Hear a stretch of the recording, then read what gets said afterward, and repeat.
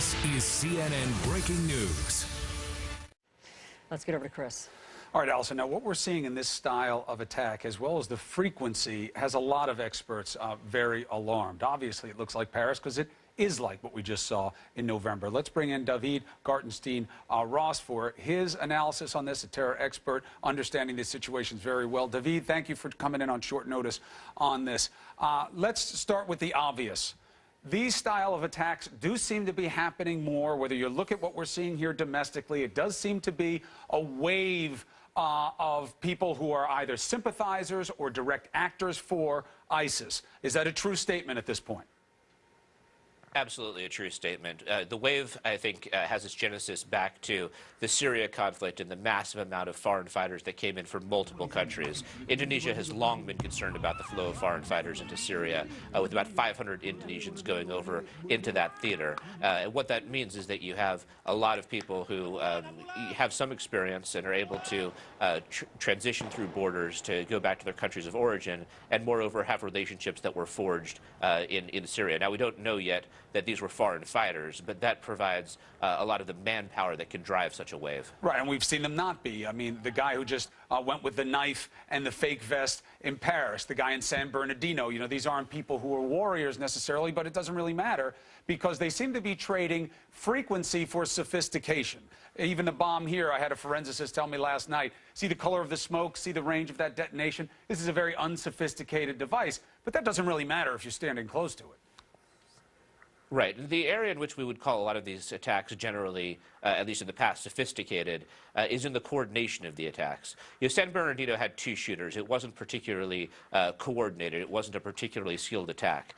Paris, in contrast, was very skilled. It had a scale of attackers such that you would, in the past, have expected security services to disrupt them. It's very clear that the pendulum has swung from favoring governments in disrupting terrorist plots back at least somewhat towards the terrorists, and for a variety of reasons, including revelations about the limitations of Western surveillance capabilities, as well as an increase in encrypted communications that are very hard to monitor. But these attacks, which involve multiple attackers getting into the world's major capitals, that in itself is something that, in addition to this wave of individuals, gives clear cause for alarm. And when you talk about surveillance, the analogy is that when you can have multiple people working in concert to get something done, that shows, you know, how much you have to reach into people's lives and how much you need to cover, because if they're able to talk to each other in groups over a long period of time, it's obviously an intelligence concern.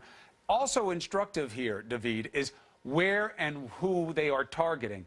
Indonesia is the largest populous nation in the world. They're attacking their own. We see that this isn't about for the terrorists being Muslim or being Christian. They're just going at people who are not them. Fair? Yeah, as you said, it's the most populous Muslim nation in the world. And, you know, the Islamic State is extraordinarily clear and actually somewhat different than al-Qaeda in this regard. They're very clear that, you know, all these governments are regarded as apostate governments. The difference with al-Qaeda is al-Qaeda has been, at least post their loss in Iraq back in the 2007 to 2009 period, more hesitant to go after Muslim targets. Not actually hesitant in we'd think about it, but in contrast to the Islamic State, in contrast to their own previous behavior, they've made certain strategic decisions. But it's very clear that the Islamic State considers other Muslims to be targets, and that was clear long before the Indonesia attacks. Right. I mean, look, they kill more Muslims than anywhere else. I mean, even if you look at France, yes, it's known as being a bastion of secularism. However, who do you think was in that stadium? Who do you think was in those cafes? Who do you think was in the Bataclan? They have a huge Muslim population. They don't care whether or not they're targeting their own. Now, the question becomes, what are we learning? What are you seeing in your world about these attacks that is in any way advancing understanding of how to stop them? That's an excellent question. I can't say that we have you know, a good answer at this point. I mean, there are certain choke points you can put your finger on. Border security, especially good intelligence on who's been over to the Syria theater. There's a lot of Syria correlations of the individuals who were involved in the Paris attack. Secondly, it's very clear that there are failures in terms of known terrorists being able to transit past borders. That was the case in the Europe attacks.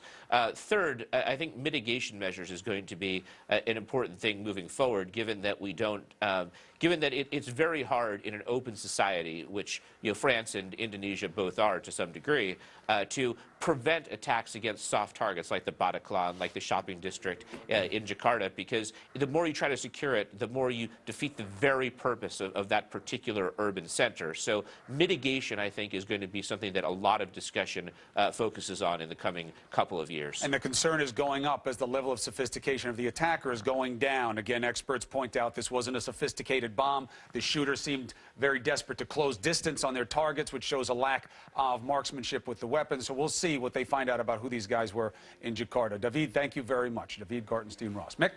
Breaking news of a different sort.